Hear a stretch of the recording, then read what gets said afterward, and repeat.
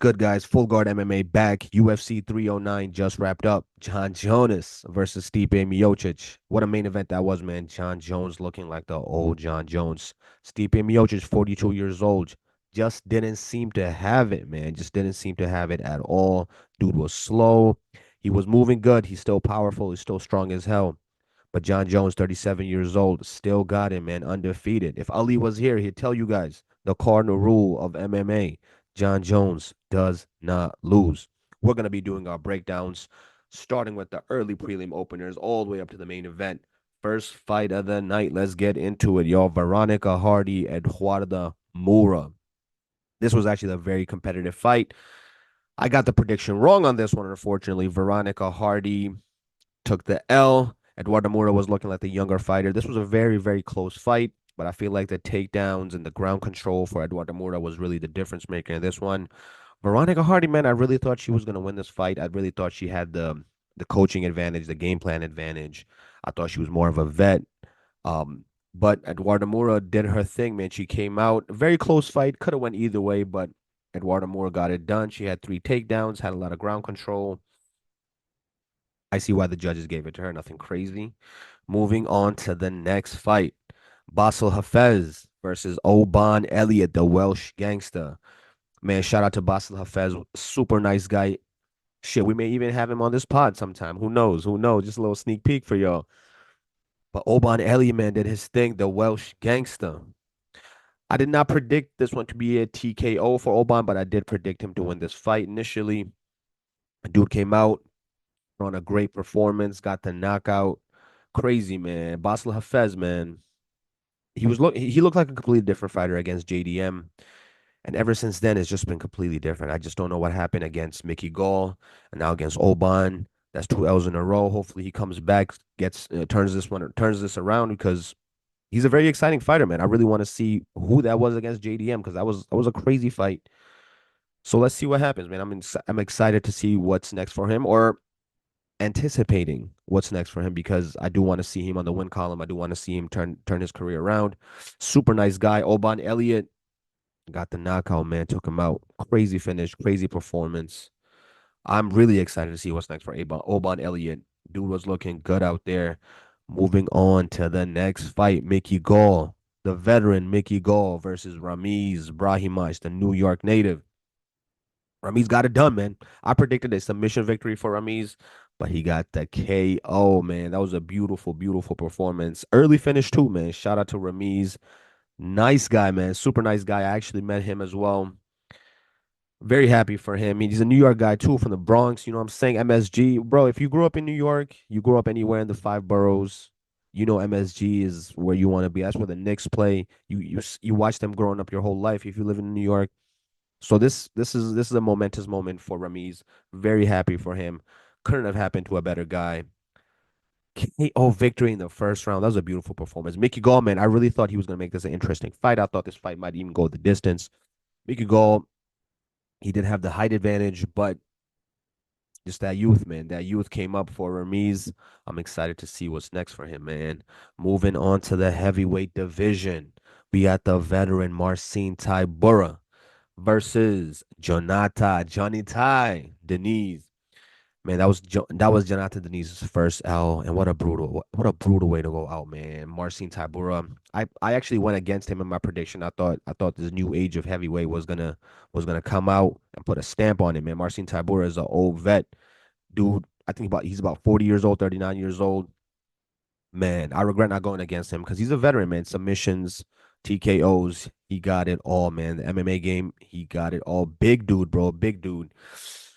Johnny Ty, man, I felt bad for him. Doctor stoppage actually in this one. I felt like I know he wanted to go, but he was leaking everywhere, man. It was so bad. It was so bad. Like that was a crazy image. Both his eyes were cut. He probably needed stitches on both those eyes. His nose was cut up. Marcin's elbows, man. Elbows are from hell. John Jones style elbows, man. Crazy. But as this fight started off, man, Johnny Ty, he almost had the finish there. He almost had the finish there, but Tybura, he threatened that submission, got him to react, and it was all she wrote, man. Marcin was just a veteran. He pulled out all the tricks, got it done. Beautiful performance by Marcin Tybura. I regret not going against him. but he got it done, man. Johnny Ty, I think he's gonna bounce back, man. I think he's gonna bounce back. He showed hard. He wanted to continue fighting, but the doctor stopped that fight. So let's see what's next for him, man. Marcin Tybura, shout out to him, man. He's a vet. It's hard to go against him, man. Hard to go against these guys sometimes. Moving on to the next fight in the lightweight division, we have one of my favorite fighters, David Onama, versus Roberto Romero. Now, David Onama's original opponent actually pulled out of the fight. So this was a last minute replacement, Roberto Romero. He put in a good performance, man. That first round, he knocked down David Onama. He knocked him down. You know, he was showing good head movement, good boxing. But once David got up from that, man, once David weathered the storm, it was all she wrote because he was on cruise control for the next 2 rounds. Beautiful performance by David Onama. Nice guy too. I met him over. I met him as well. Really nice guy. Very cool person when I met him. Shout out to Yusuf Zalal. Yusuf Zalal was in his corner. Y'all know how I feel about him. Y'all know how Full Guard MMA feels about Yusuf Zalal. So David Onama is cut from the same cloth, man. Dude put on a beautiful performance. Unanimous decision victory because he knocked out Roberto Romero at the end of that first round, and that was enough for me to give him that round, even though he got knocked down earlier. But he showed heart, he showed resiliency, he came back, knocked him down in the end, which is why I gave him that first round. The next 2 rounds, he just was just cruise control. Roberto Romero just got tired out. He displayed a lot of heart. He showed a lot of heart. So shout out to Roberto Romero. That was his UFC debut. So I'm excited to see what's next for him. I'm not gonna count him out as easy. I'm not gonna count him out easy at all. But David Onama, man, shout out to that dude, man. I'll never forget that fight between him and Nate Landwehr. Nate the Train. That was a great fight. So David Onama, I'm excited to see what's next. Next fight, moving on to the old heads, Jim Miller versus Damon Jackson. I predicted Jim Miller to retire from this fight. I knew he was going to win. I had a feeling he was going to win. This was actually a very even fight. Damon Jackson is a beast, is a stud, is a UFC vet. Jim Miller came out, got the submission, got like some modified guillotine victory, some modified guillotine submission, got the victory. That was a beautiful choke. I didn't expect him to actually get it in, but it seems like he's been working on that. Seems like he's been putting in those hours in the gym. And what he said he has 45 fights in the UFC. He wants to go to a 50 even and then retire. Jim Miller, man, dude is a dog, 41 years old, 42 years old. Still got it, man. Still kicking. Shout out to Jim Miller. Damon Jackson, he retired, unfortunately. After that loss, he just put his gloves, didn't even get the mic, and just walked out, man. Dude is a real G. Dude is a real man. He didn't even want the recognition from the fans. He just left. So shout out to Damon Jackson. Hell of a career, hell of a UFC fighter, hell of a vet. But Jim Miller got it done, man. He was a better fighter on that night. Moving on to the main card.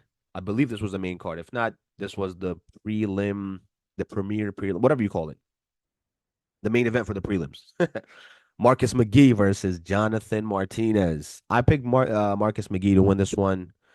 Bro, dude was looking like the bantamweight Michael Chandler, bro. Dude is ripped up, got muscles everywhere. The back muscles were crazy, no diddy. But shout out to Jonathan Martinez, man. He came off a long layoff, started very slow, and I think that was probably it. Once you start slow in a fight against a type of fighter like Marcus McGee is, who's just fast, who's strong, it's tough. It's tough to come back from that. Jonathan Martinez did not look like the same Jonathan Martinez of old. He nearly had him out of there too, man. This depleted version of Jonathan Martinez almost had Marcus McGee out of there with them leg kicks, man. His legs were compromised, but for some reason, I don't know if it was the cardio, I don't know if it was a lack of training or what it was. Jonathan Martinez was just super tired, and then he didn't have it in him to just completely put Marcus McGee away. Marcus McGee survived that third round and won the fight. Very simple. This was a very close fight. Could have went either way, honestly. And Jonathan Martinez almost had him out of there, man, but just didn't have enough. Very close fight. Just didn't have enough for Martinez. Marcus McGee got it done. He put on a great performance. He came out ready. He was looking sharp. He was looking crisp. That boxing was on point. Did his thing, man. And he survived that last round. Dude showed how much of a dog he was, how much heart he had. That was a great performance by Marcus McGee. Dude finishes everybody, but he couldn't finish Jonathan Martinez. I think this was his first decision victory on his record in the UFC. So shout out to him, man. I'm excited to see what's next for these guys. I've been saying that a lot. Maybe I'm not that excited for all these guys. Moving on to the next fight. This was the people's main event, man. If you're a hardcore fan, you know the fighting nerds. Mauricio Rufy versus James Lantop. Man, James Lantop, the Peruvian gangster, man. Dude got a tattoo of a Uzi on his face right here, man. That's how you know. That's how you know that dude is for real. Dude showed a lot of heart. Dude is a straight up gangster, man. And I'm a fan now. I'm a fan now. James Lantop did his thing, showed heart, but what is there to say about Mauricio Rufy, man? Dude looks like the Brazilian Conor McGregor. He got the same build, same style, same almost same tats. You feel me? Like big, broad shoulders, broad chest, and that striking, that kicking, that stance, man. Very, very reminiscent of Conor McGregor. So Mauricio Rufy, man, that's only his second fight in the UFC, and dude had Madison Square Garden rocking, had Madison Square Garden rocking. Mauricio Rufy put on a great performance, man. That was beautiful striking. James Lantop just showed that he was a dog, man. Dude has a granite chin. Because any of those punches, the way they landed, as clean as they landed, especially that no look punch, man. These fighting nerds, man, they're really turning it up. They're showing their level in MMA. They're very, very exciting fighters. I love all of them, man. They're very exciting to watch. Mauricio Rufy, man, at Madison Square Garden, put on a show for the president, for Elon Musk. You know what I'm saying? Like, that's no easy task, man. That pressure is for real. Mauricio Rufy got it done. Beautiful performance. I predicted him to win this by knockout, but I'm his Lantop, man. Just granite chin, showed how much of a dog he was. Dude did not just go down. He just refused to go down. Just kept walking like a zombie, bro. So I'm excited to see what's next for both these guys, especially the fighting nerds. Moving on to the next fight, Viviane Araujo versus Karine Silva. Man, I thought Karine Silva was gonna win this fight. She's been finishing nearly everybody, and I believe she was a younger fighter in this one. I need to check my stats just to confirm. That was her first L in the UFC. Ah, tough, man. This was a tough L. I really predicted her to win this one, but Viviane Araujo, man, did her thing, bro. She showed how much of a vet she was and just got it done. The takedowns, ground control. This was a pretty close fight. Could have went either way, honestly. Judges saw it 2-1 for Viviani.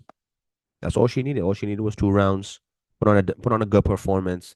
Karine Silva is no pushover, no joke. So she came ready. Viviani. Shout out to Viviani. I love her, yo. I love her.